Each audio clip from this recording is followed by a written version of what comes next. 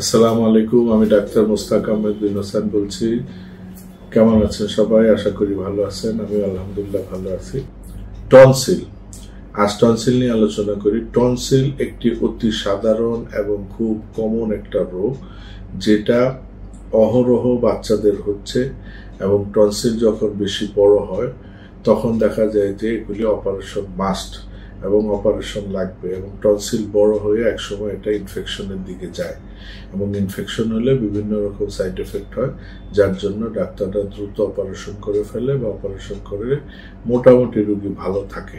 তবে টনসিল সংক্রান্ত যে সমস্যাগুলি শরীরে আসে সেটা কিন্তু অপারেশনের পরেও থেকে যায়, এবং যার জন্য দেখা যায় অপারেশন করার পরেও রোগী সুস্থ হচ্ছে না পুরোপুরি। এই জন্য আবার ডাক্তারের কাছে যেতে হয়, আবার চিকিৎসা নিতে হয়, আবার অ্যান্টিবায়োটিক খেতে হয়, বিভিন্ন রকম। তাহলে এখন আমরা আলোচনা করি টনসিল কি। টনসিল হলো নর্মালি আমরা দেখি গলার ভিতরে ইন্টারনালি দুই সাইডে, যেখানে শ্বাসনালীর দুই পাশে দুইটা এরকম গ্রোথ বা গ্ল্যান্ডের মতো বা ফুলা, এটাকে আমরা টনসিল বলি। অ্যাকিউট টনসিল, তারপরে মডারেট টনসিল এবং এনলার্জ টনসিল, তিন ধরনের হয়। তো এই এনলার্জ টনসিলটা আবার পরবর্তী গিয়ে যখন ক্রনিক হয়ে যায়, কয়েক বছর থাকে, তখন এটা টনসিল ইনফেকশন হয়ে যায়। লক্ষণগুলো কি কি আমরা বলতেছি, যেমন টনসিল হলে তার গলা ব্যথা থাকবে, তার খুসখুসে একটা কাশি থাকবে, ঢোক গিলতে কষ্ট হবে, খেতে পারবে না। অনেক সময় দেখা যায় শুধু লিকুইড খাবার খেতে পারে, সলিড খাবার খেতে পারে না, গলা আটকায়, এবং সাথে সাথে তার কান ব্যথা, গলা ব্যথা, মাথা ব্যথা এগুলো থাকে, এবং এটা টেম্পারেচার সবসময় থাকে। বাচ্চাদের মেজাজ খিটখিটে থাকে, সবকিছু বিরক্ত বোধ করে। হ্যাঁ, এই ধরনের যদি আমরা দেখি তাহলে আমরা বুঝবো এটা টনসিল, এবং ইফ নেসেসারি আমরা টনসিল অবশ্য খালি চোখে দেখা যায়, এবং এই ক্ষেত্রে আমরা টনসিলের আরো কিছু ফার্দার টেস্ট আছে, ব্লাডের আইজি টেস্ট অথবা গলার কোনো আরো এক্সরে, এগুলি করে আমরা ক্লিয়ার হতে পারি যে তার টনসিল, সাথে অন্য কোনো রোগ থাকলে সেটা আমরা আমলে নেব। তাহলে আমরা টনসিলের এই লক্ষণগুলি সাধারণত আমরা দেখি। তারপরে আসে টনসিল। নর্মালি জেনারেলি টনসিল কিন্তু বাচ্চাদেরই হয়, এবং বাচ্চা থেকে টিনেজ, এরপরে কিন্তু আর টনসিল হয় না। এবং টনসিলটা কিন্তু আসলে একটা ফিল্টার।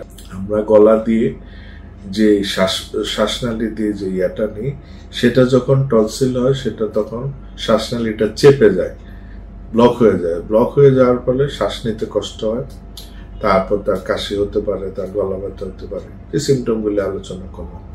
তো এগুলোর চিকিৎসা কি? এগুলোর চিকিৎসা হলো, প্রথমত আমাদের প্রিকশনে থাকা উচিত, অর্থাৎ ঠান্ডা থেকে দূরে থাকা। যাদের টনসিল আছে বা টনসিল হওয়ার প্রবণতা বা লক্ষণ, গলা ব্যথা এরকম, তাদের আমরা নর্মালি ঠান্ডা থেকে দূরে থাকবো।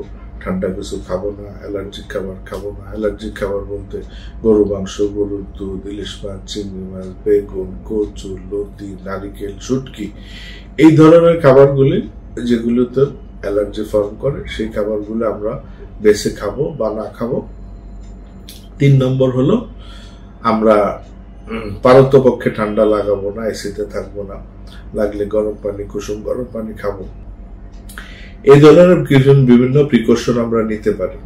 এবং চিকিৎসাটা হলো, এখন আসে চিকিৎসাটা কি? চিকিৎসাটা 2 রকমের, অ্যালোপ্যাথি, হোমিওপ্যাথি। অ্যালোপ্যাথিতে হলো, যদি টনসিল বড় হয়ে যায় তখন তারা এটা অ্যাডভাইস করে যে মেক ইট সার্জারি, এটা কেটে ফেলো, এটা ফেলে দাও, দেন তুমি ঠিক হয়ে যাবে। কিন্তু টনসিল যেহেতু একটা ফিল্টারেশন, টনসিল একটা গ্রোথ, টনসিলটা ফেলে দিল, কিন্তু তার যে ঠান্ডার টেন্ডেন্সিটা, ঠান্ডা লাগা প্রবণতা, গলা ব্যথা, গলা জ্বলা, এগুলি কিন্তু টনসিল রিমুভ করার পর থেকে যায়।